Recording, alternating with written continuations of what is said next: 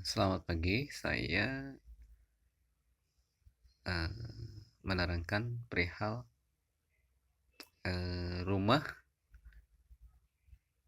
susun di perkotaan yang ramah lingkungan dan sehat bagi kehidupan.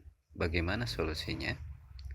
Yang pertama adalah yang kita kenal antara kehidupan antara flora, fauna, keseimbangan alam, yang kita kenal pelajaran biologi atau ilmu hayat yang kita kenal pelajaran zaman dulu, kurikulum tahun 1978 atau kurikulum tahun 1984 perihal ekosistem antara hidup manusia, kehidupan hewan ataupun tumbuhan. Yang saya ketahui bahwa kehidupan tidak terlepas dari hidup pemukiman atau bermasyarakat. Yang saya lihat cara membangun rumah susun atau apartemen yang kita kenal, yang solusi permasalahannya adalah sampah atau limbah cair dan limbah sampah organik ataupun anorganik. Solusi pencemaran yang difikirkan oleh arsitektur teknik bangunan gedung itu rata-rata tidak dipikirkan dari solusi limbah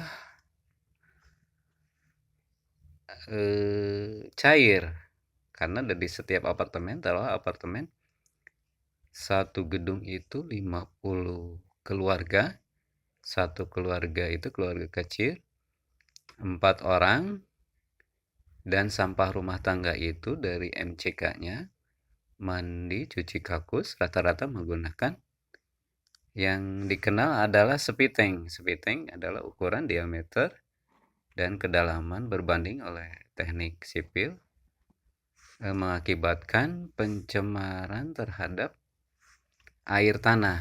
Air tanah di sini, lapisan tanah di sini kan yang kita kenal adalah dari lapisan tanah, pasir. Di sini lapisan tanah yang kita kenal pelajaran ilmu tanah. Di sini lapisan tanah ada yang tanah hitam, tanah merah, pasir, pasir berbatu, bebatuan, dan sumber air.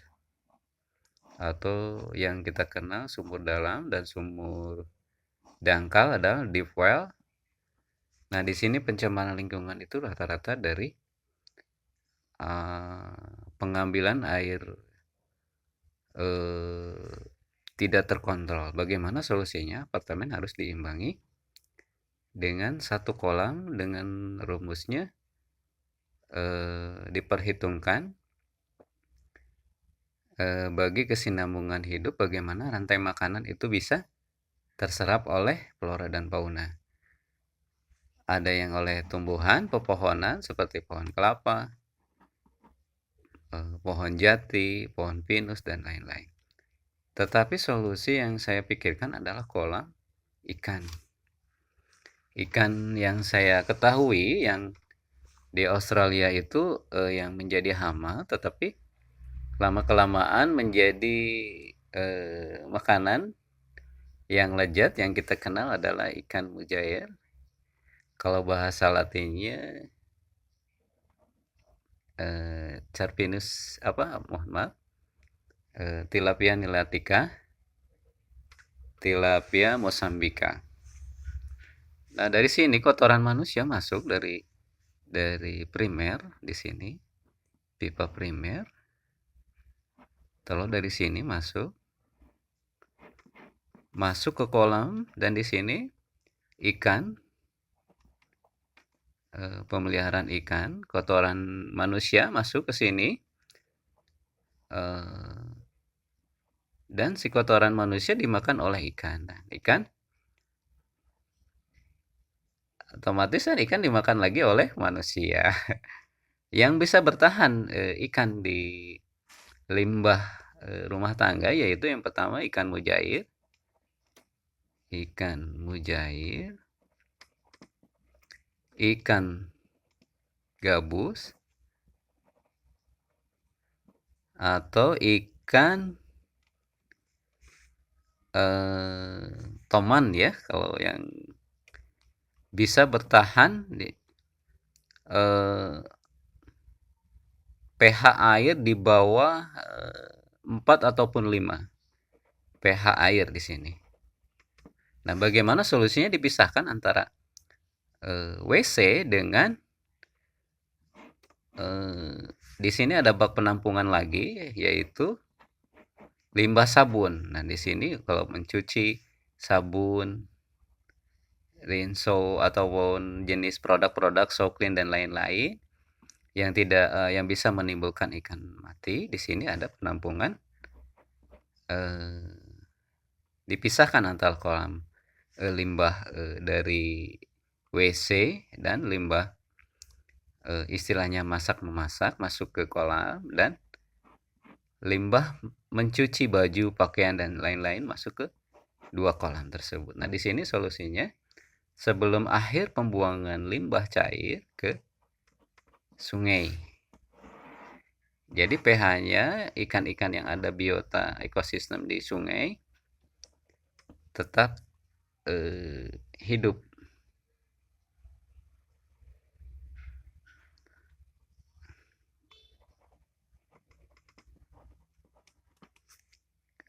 Solusi kalau kalau saya lihat yang di perkotaan saya mengamati tidak dipikirkan sejauh itu, karena jumlah apartemen dengan pepohonan yang istilahnya menghasilkan oksigen, kalau di lapisan atmosfer itu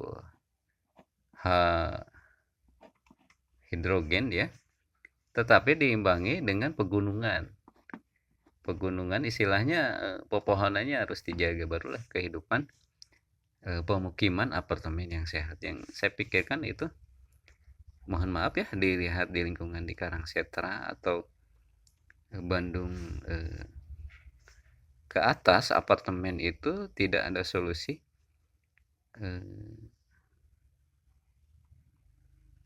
pembuangan akhir limbah cair dari apartemen-apartemen tersebut.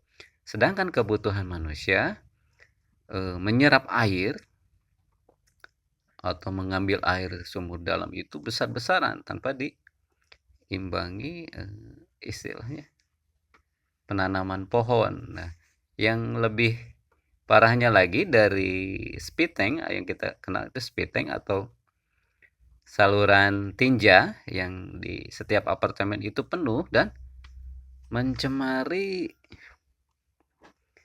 sumur-sumur warga masyarakat. Di sini ada sumur, taruhlah sumur ya. Nah, kalau dulu ada sumur Pak, kalau ada peribahasa ada sumur di ladang, kalau kita berjumpa lagi. Kalaulah kita umurku panjang, kita berjumpa lagi, yaitu dari peribahasanya ya. Diimbangi seperti yang saya ketahui bahwa pembuatan apartemen itu dibikin senyaman mungkin untuk pemukiman rakyat. Iya, pemukiman rakyat yang diidam-idamkan oleh masyarakat. Tetapi hal-hal yang diserap adalah mungkin orang-orang yang kaya raya, tetapi solusi pemerintah di pasal mohon maaf ya, mungkin karena saya warga negara Indonesia mengenal Undang-Undang Dasar 1945